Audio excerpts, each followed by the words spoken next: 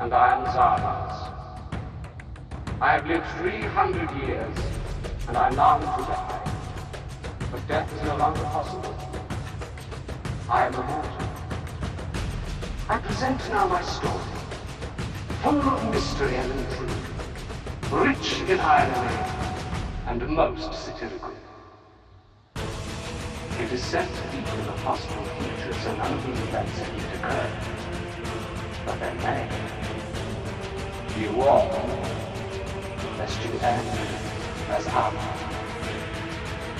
In this tale I am a fabled god by occupation, and a magician by inclination. None is my hero.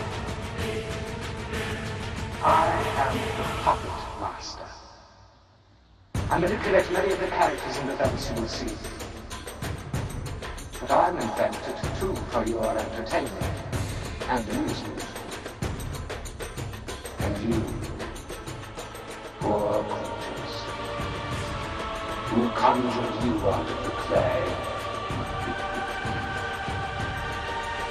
is God in charge of history.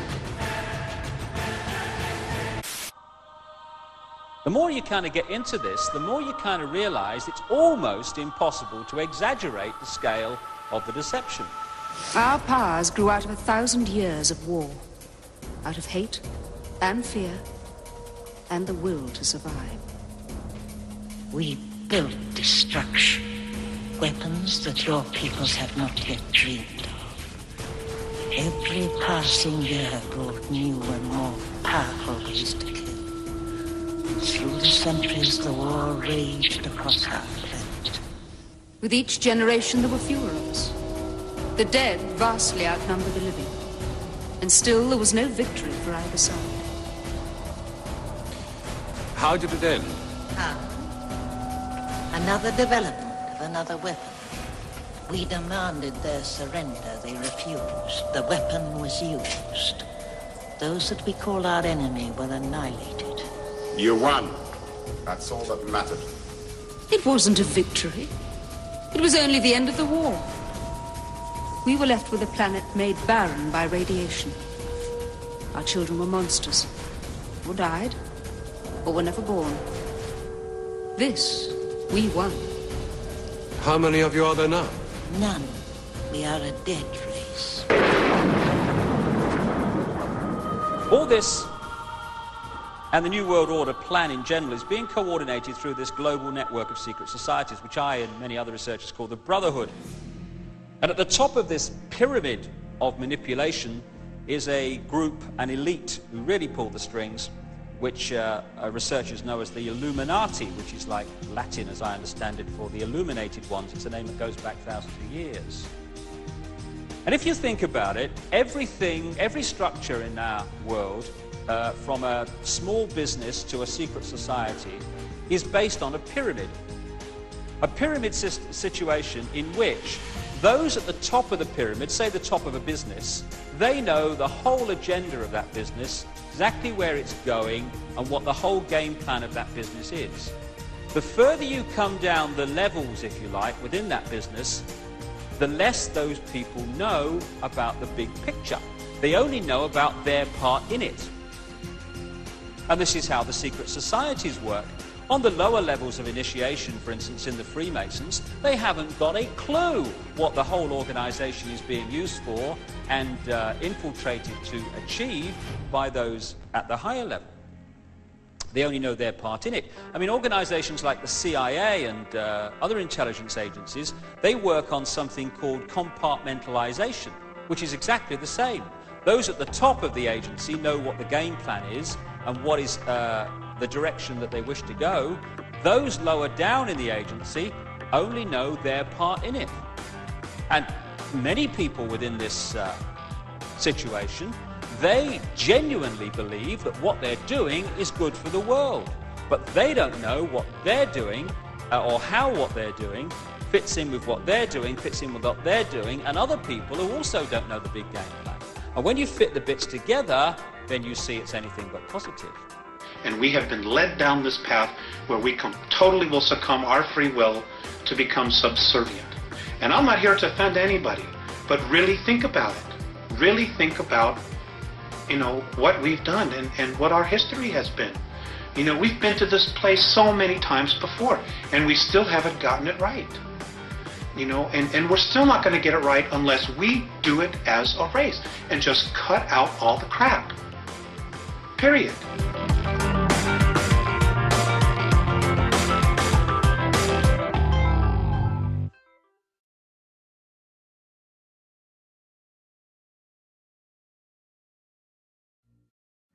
The whole misconception of doomsday projected onto 2012 was overdone.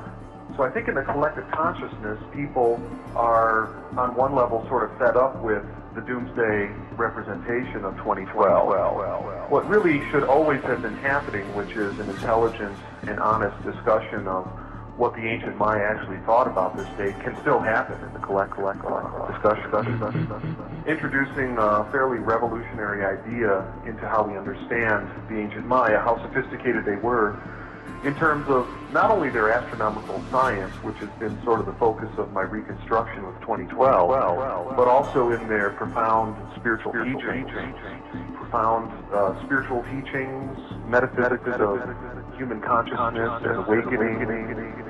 There's been a great deal of attention to 2012 now because we have the 2012 date on an inscription, a hieroglyphic inscription from the site of Tortuguero, classic period Maya site, which really only came into public, widespread awareness in 2006. There's a lot of breakthroughs happening now in academia. But I've been somewhat surprised that there's so many politics involved in academia with very strong egos. I think that there's a general understanding that the ancient Maya had about the nature of time and the nature of cycles. The Maya drew their understanding of time from nature.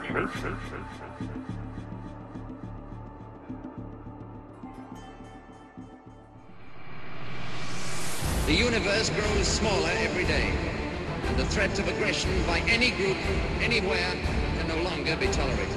There must be security for all, or no one is secure. Now, this does not mean giving up any freedom, except the freedom to act irresponsibly. We of the other planets have long accepted this principle. We have an organization for the mutual protection of all planets and for the complete elimination of aggression. The result is we live in peace, without arms or armies, secure in the knowledge that we are free from aggression and war. We do not pretend to have achieved perfection, but we do have a system, and it works. Your choice is simple. Join us and live in peace, or pursue your present course and face obliteration. We shall be waiting for your answer. The decision rests with you.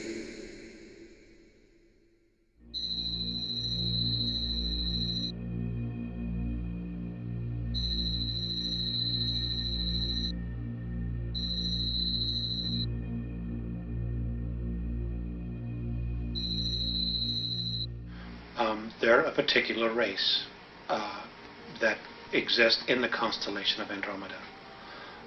They're just one of thousands that exist out there.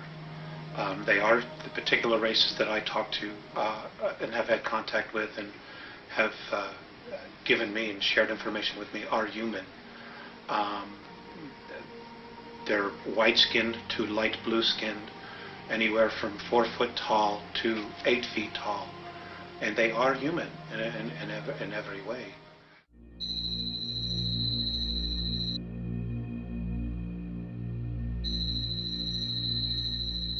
All human life originated in Lyra,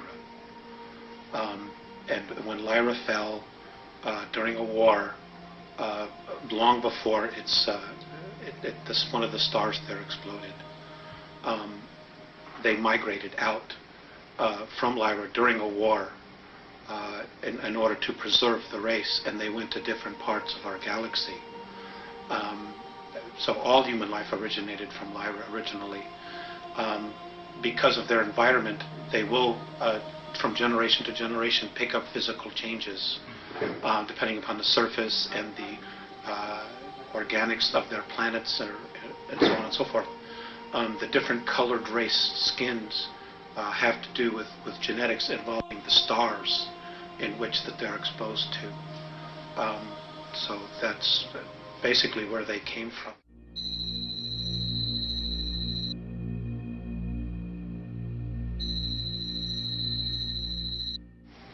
They're essentially, no matter where they are, they're a one-world government.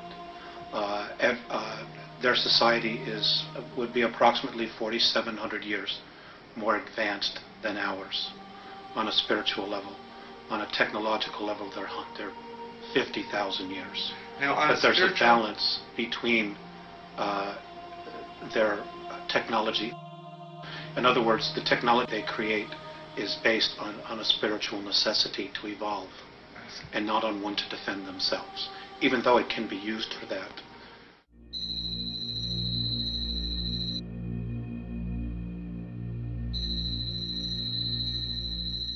And they don't even use time in their world. There's no such thing, really. But they use those numbers to accommodate us so that we can use those as a point of reference. I see. Okay.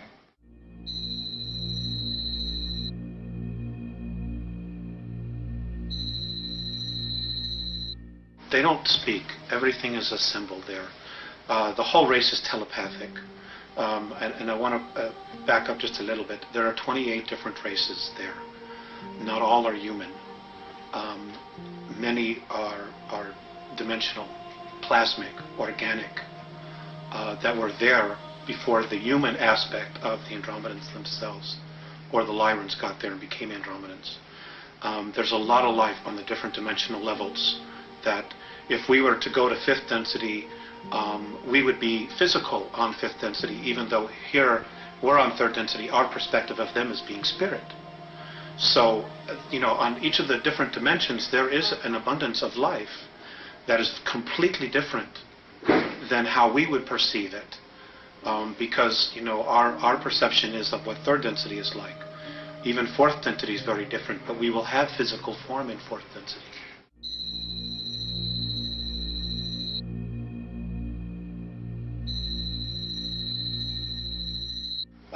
The real difference is consciousness.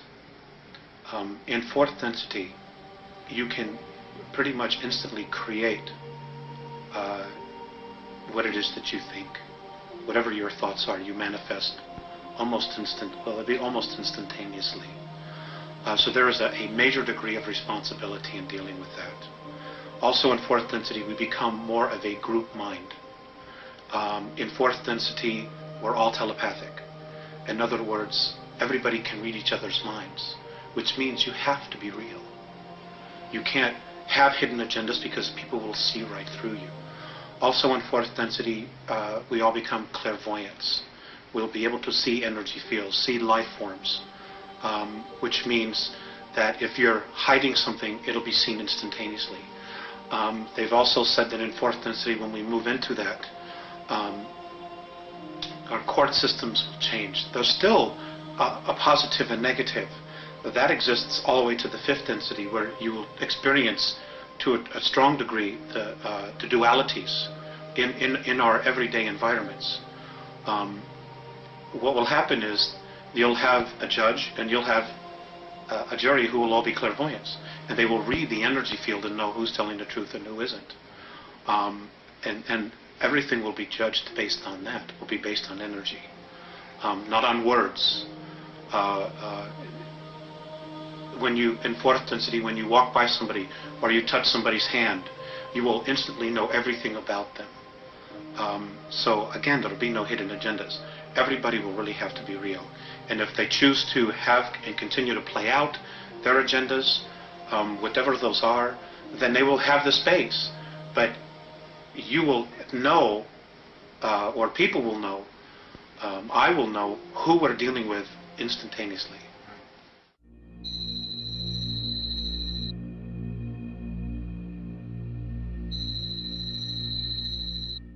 Okay, I know a little bit about that. Essentially, everybody is given exactly what it is they need to evolve. There are many different races. Each race has their own uniqueness about them based on their particular belief systems.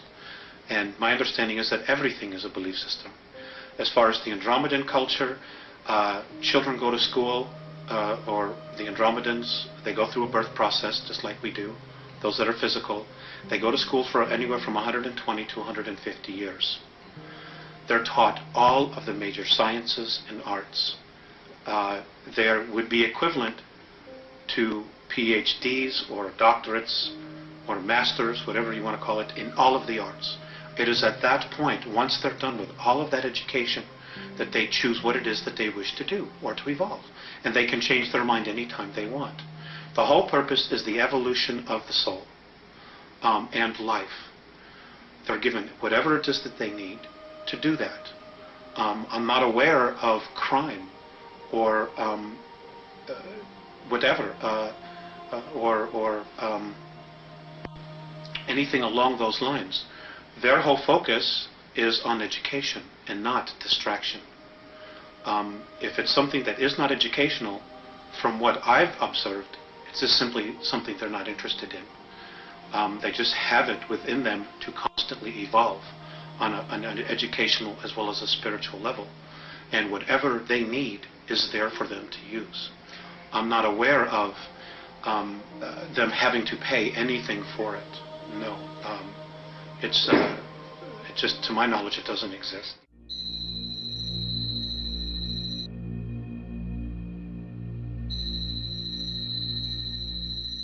Yes, all of it is. But those things are very different than what we perceive. Art is creation to them. Things that are created out of thought, out of the isness, what they call isness. The Pleiadians call creation what we call God. Things that are created just by thought, by nature, they consider art. They use extensively holographic technology. Music, their music is of the universe, of what the music that certain planets make as they rotate around their sun, what different solar systems make as they revolve around their sun, and what whole systems, the sounds and energy that they create, to them that's their music. And then they put things together, different constellations, different star systems, they'll put those together and overlap them to create music. It's different than what we just pull out of thin air here.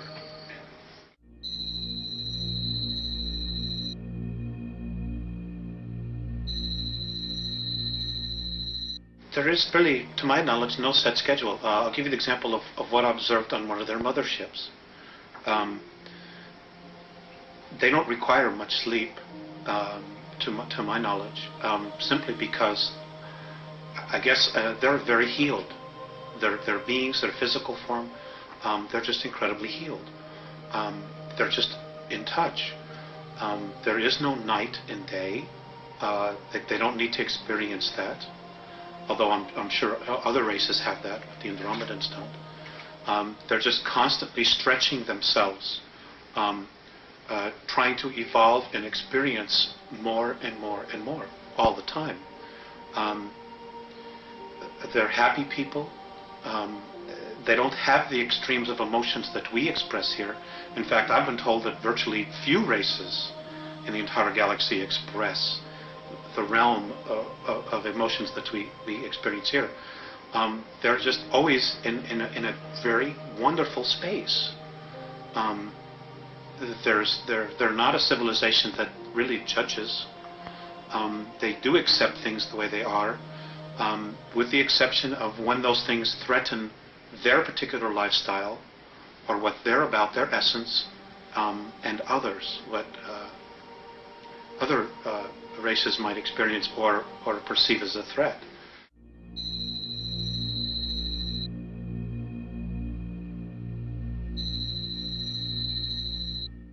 I guess to be just the best that they are, to be completely at one with all that there is at all times.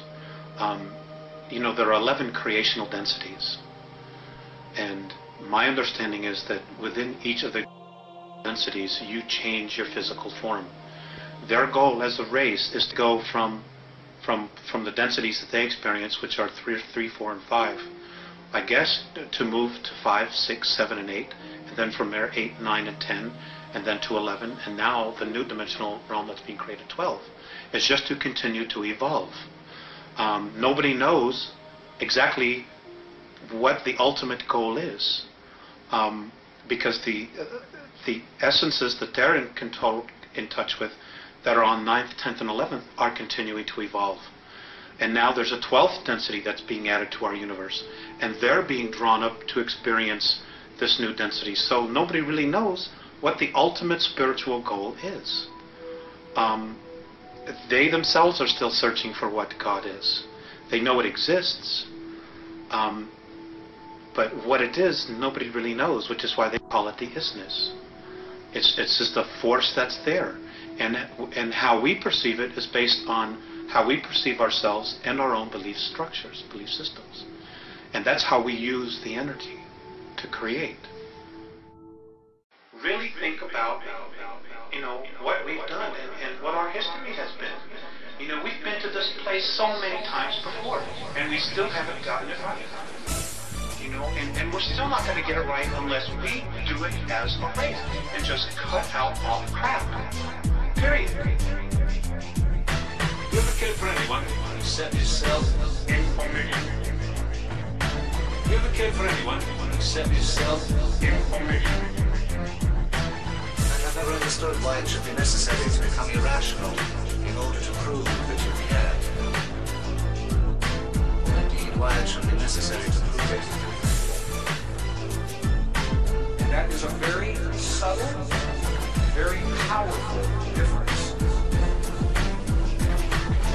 Who are we? What we know is that we're made of quantum energy. Information. Go back to take the microscopic dot, in which there's a future pull that began. No more tricks, no more lies. Those little quantum particles can do miraculous things. I am a free man. Looking for your source, looking for where you began. I am a free man. What do you discover as you turn up the magnification? Amazing things. Information. Quantum particles can exist in 2 places, or many places, at the same time, and they are always connected. Where did I come from? What do you see? Information. A dance, this huge dance. A dance, this huge dance. Quantum particles can communicate with themselves in the past and in the future. Quantum physics is not only stranger than you think it is, it's stranger than you can think. Information. Information. They can change the particle in the present, and it changes the particle in the past, even though the past already happened. The nature of your observing changes what you're observing. Information. The nature of your observing changes what you're observing. We're made of quantum particles. Are they showing us our limits, or are they showing us our possibility, our potential?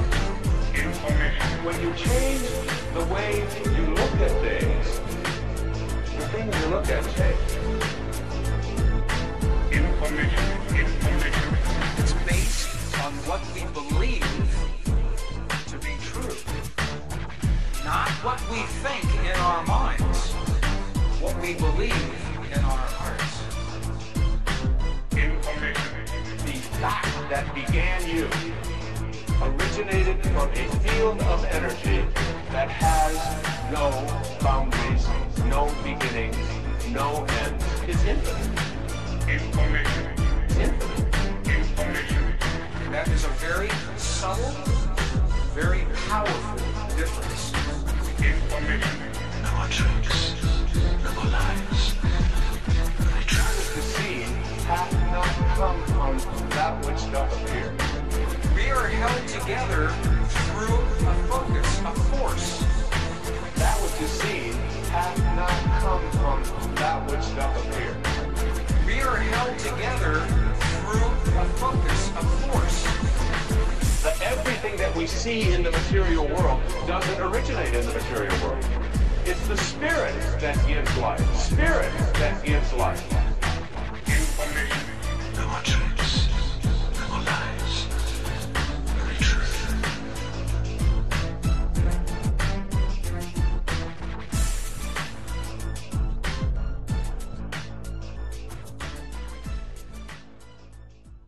You've information for us.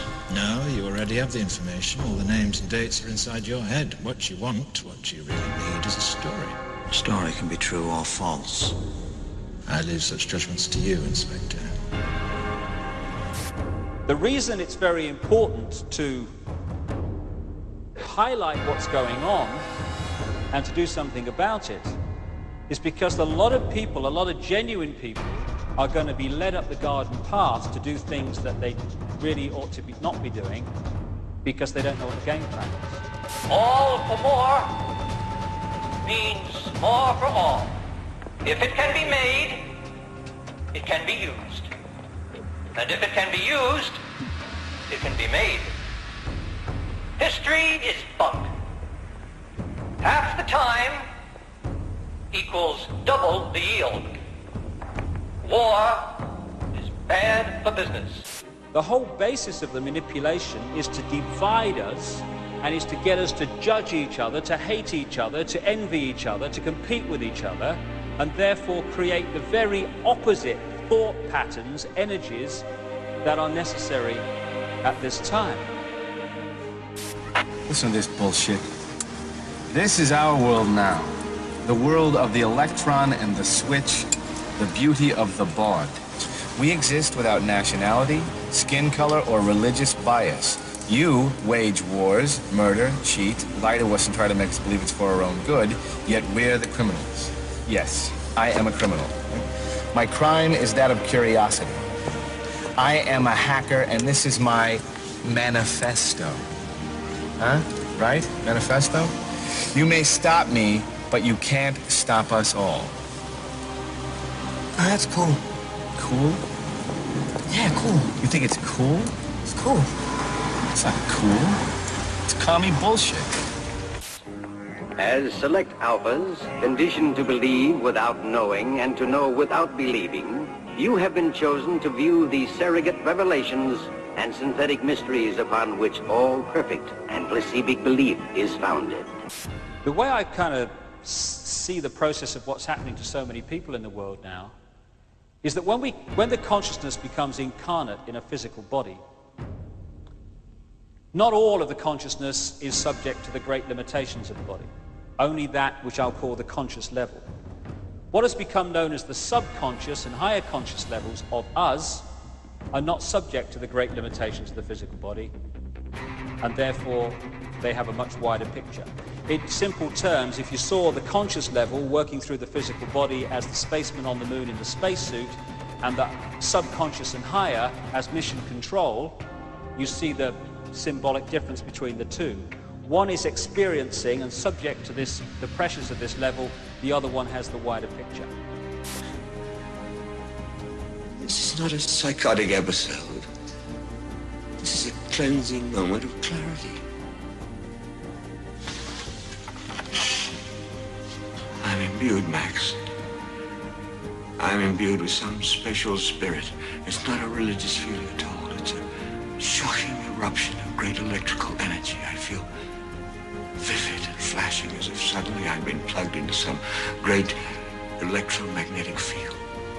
Here before you are sacred teletime plex relics of the sanctified life, thought, and holy works of our four, from whose divine inspiration came the ultimate perfection of the endless assembly line, which has given us the ultimate, endless, perfect happiness of more things, for more wants in perfect balance, with more wants for more things. Imagine spaceman on the moon in the big spacesuit. He's got information coming in through the eyes and the ears that tell him about what's going on immediately around him. That's one source of information and perception. But he's also getting mission control that has the wider picture speaking to him. And so he's got two sources of information, the wider picture of the mission and the localized here and now around him information. Now that's great, that's a great balance, and therefore he's got a perception of the whole picture. What would happen, however, if someone came along and snipped or dramatically reduced the power of his link with mission control? Suddenly, there he is, stuck in this very limiting spacesuit, and the only information that he is receiving in which to perceive and behave and decide is suddenly coming in through the eyes and the ears. It wouldn't be long after that point was reached when his behavior and perception would be dramatically different to what it would have been had mission control been part of his information source. I feel connected to all living things, to flowers, birds, all the animals of the world, and even to some great, unseen, living force, what I think the Hindus call prana. It's not a breakdown. I've never felt more orderly in my life. It is a shattering, beautiful sensation. It is the exalted flow of the space-time continuum, save that it is spaceless and timeless and such loveliness. I feel on the verge of some great, ultimate truth.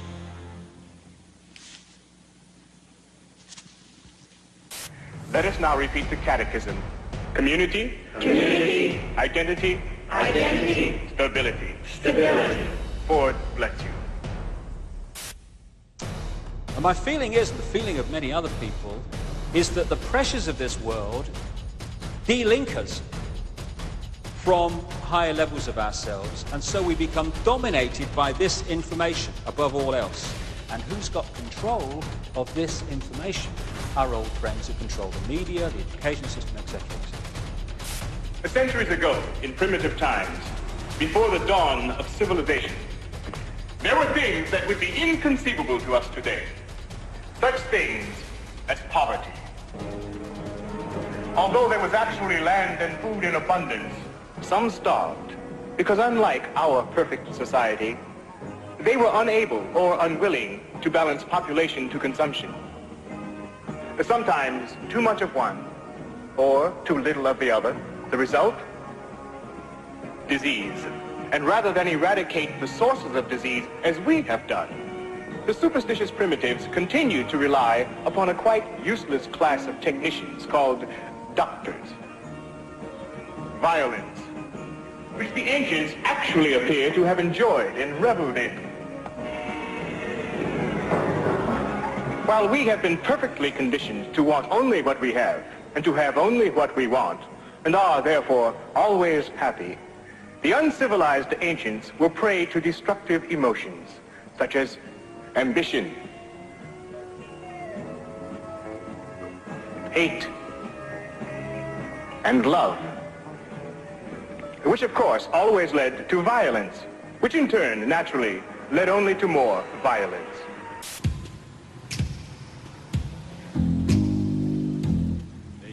Their tongues to deceive. The venom of snakes is under their lips, and their mouths are full of bitterness and curses, and in their paths, nothing but ruin and misery, and the fear of God is not before their eyes. They have taken the hearts and minds of our leaders. They have recruited the rich and the powerful, and they have blinded us to the truth. Our human spirit is corrupted. Why do we worship greed? Because outside the limit of our sight, feeding off us, perched on top of us from birth to death, are our owners. Our owners. They have us. They control us. They are our masters. Wake up. They're all about you, all around you.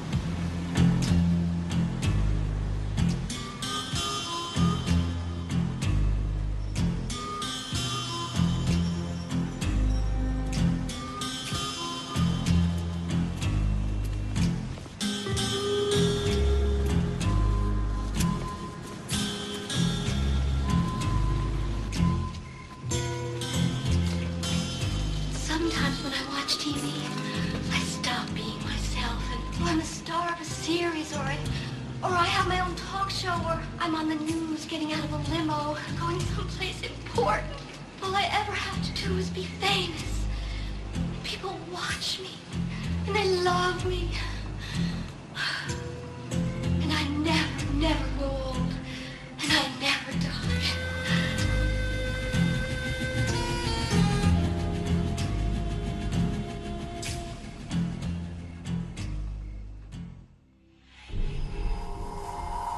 There have always been ghosts in the machine. Random segments of code that have grouped together to form unexpected protocols. Unanticipated. These free radicals engender questions of free will, creativity, and even the nature of what we might call the soul. Why is it that when some robots are left in darkness, they will seek out the light? Why is it that when robots are stored in an empty space, they will group together rather than stand alone? How do we explain this behavior?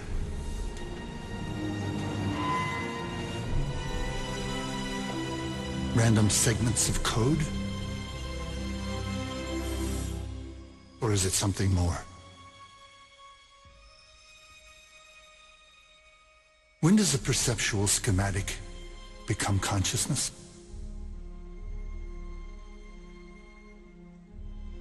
When does a difference engine become the search for truth?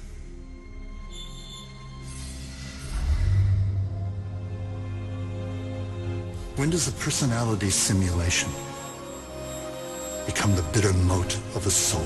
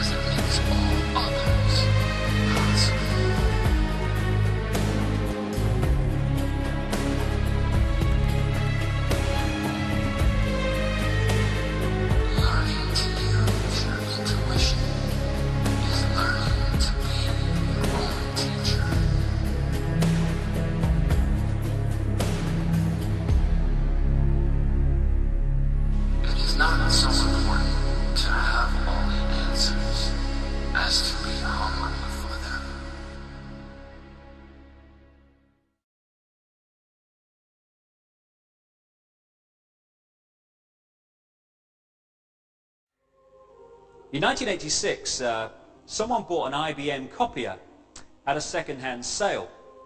And when they got it home, they found inside a very thick document, which obviously shouldn't have been there, called Quiet Weapons, or rather Silent Weapons for a Quiet War. And this described a policy of mass public mind control that has been orchestrated on the people of the world, particularly the Western world, since the 1950s. See if, I'll just read you a little bit of it, see if you recognize the world this document is describing. Experience has proven that the simplest method of securing a silent weapon and gaining control of the public is to keep the public undisciplined and ignorant of basic systems principles on the one hand, while keeping them confused, disorganized, and distracted with matters of no real importance on the other hand. This is achieved by 1. Disengaging their minds, sabotaging their mental activities, providing a low-quality program of education in mathematics, logic, systems design, and economics, and discouraging technical creativity. 2. Engaging their emotions, increasing their self-indulgence and their indulgence in emotional and physical activities by A. Unrelenting emotional affrontations and attacks, brackets, mental and emotional rape, by way of a constant barrage of sex, violence and wars in the media, especially the TV and the newspapers. B. Giving them what they desire, in excess, junk food for thought, and depriving them of what they really need. 3. Rewriting history and law, and subjecting public opinion to the deviant creation, which I take to mean don't tell them who they really are, thus being able to shift their thinking from personal needs to highly fabricated outside priorities. These preclude their interest in and discovery of the silent weapons of social automation technology. The general rule, it says, is that there is profit in confusion. The more confusion, the more profit. Therefore, the best approach is to create problems and then offer solutions. Diversion summary. Media. Keep the adult public attention diverted away from real social issues and captivated by matters of no real importance. Does that describe our media today or what? Schools. Keep the young public ignorant of real mathematics, real economics, real law, and real history. Entertainment. Keep the public entertainment below a 6th grade level. Work. Keep the public busy, busy, busy, with no time to think, back on the farm with the other animals. Our impulses are being redirected. We are living in an artificially induced state of consciousness that resembles sleep. The poor and the underclass are growing. Racial justice and human rights are non-existent. They have created a repressive society, and we are their unwitting accomplices.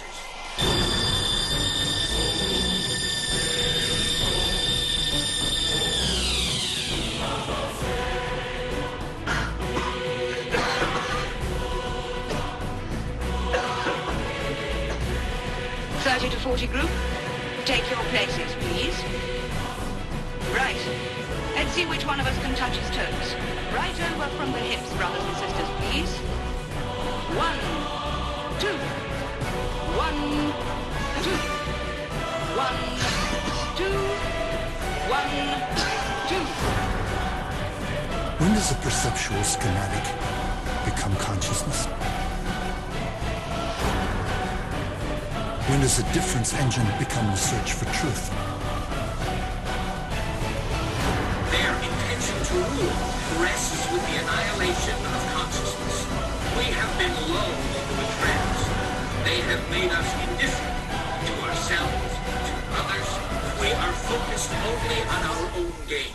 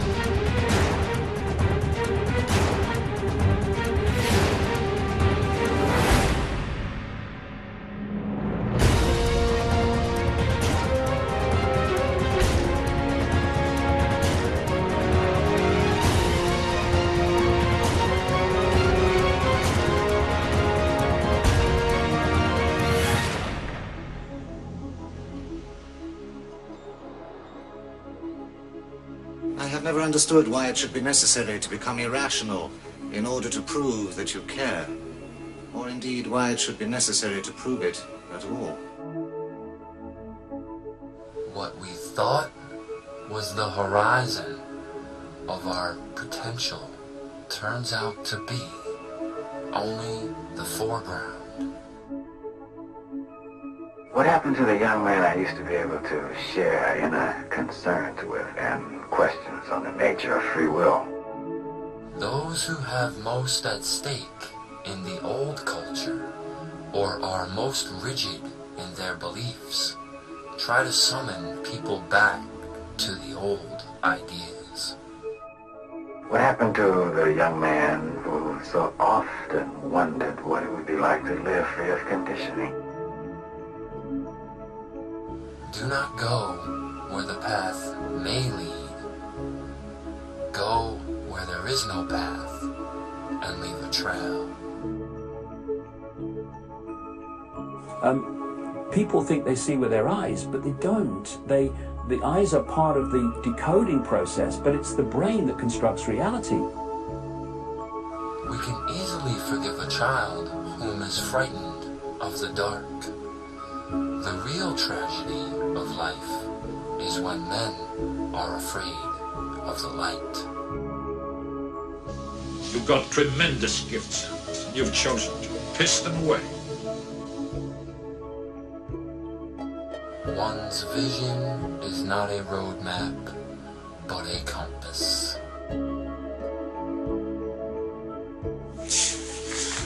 No, I mean, how did the world ever get like this? A clever arrangement of bad eggs will never make a good omelet.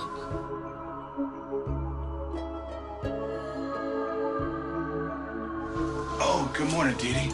Hi, Joe. What's with the shoe? I'm losing my soul. Yeah. Age is a high price to pay for maturity. You wear a mask for so long you forget who you were beneath it. Believe nothing, no matter where you read it, or who said it, no matter if I have said it, unless it agrees with your own reason and your own common sense. Belief is a program. It makes the brain decode reality in accordance with the belief. This is why religious beliefs, political beliefs, scientific beliefs, all these cultural beliefs are so powerful in imprisoning people in this false reality and these belief systems, these prison cells. Choosing to act on what matters is the choice to live a passionate existence, which is anything but controlled and predictable. If you knew who walked beside you at all times on this path that you have chosen, you could never experience fear or doubt again. Those who know about education have no power. Those who have the power know little or nothing about education. It's a weird feeling being smarter than everyone. Not used to it. Yeah, me neither. The excitement of learning separates youth from old age. As long as you are learning, you're not old.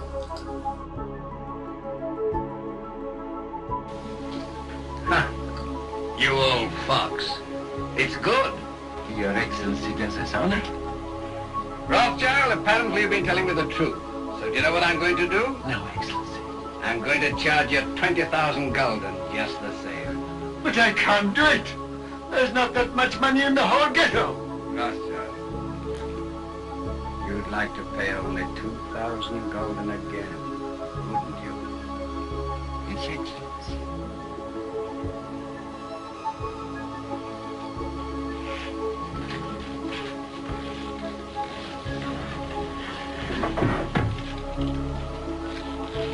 Now, what would it be worth to me if I put you down for 2,000 this time?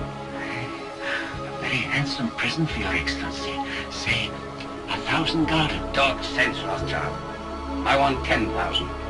Would you leave me and my family penniless? With a great deal of pleasure. Come now. Well, perhaps 3,000 gulden, but that's the limit. The actual limit. I'll take 6,000.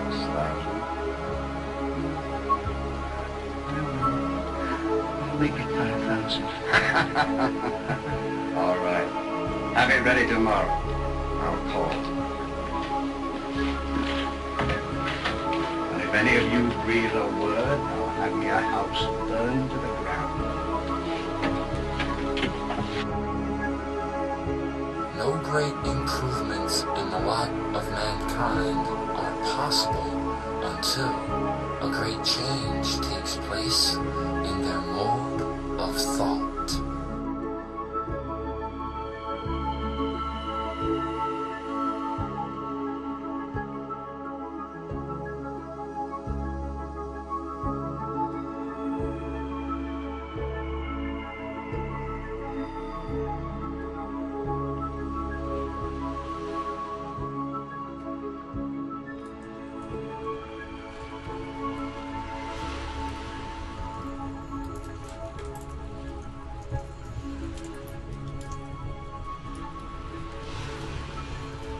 Now the talking is done. Learn.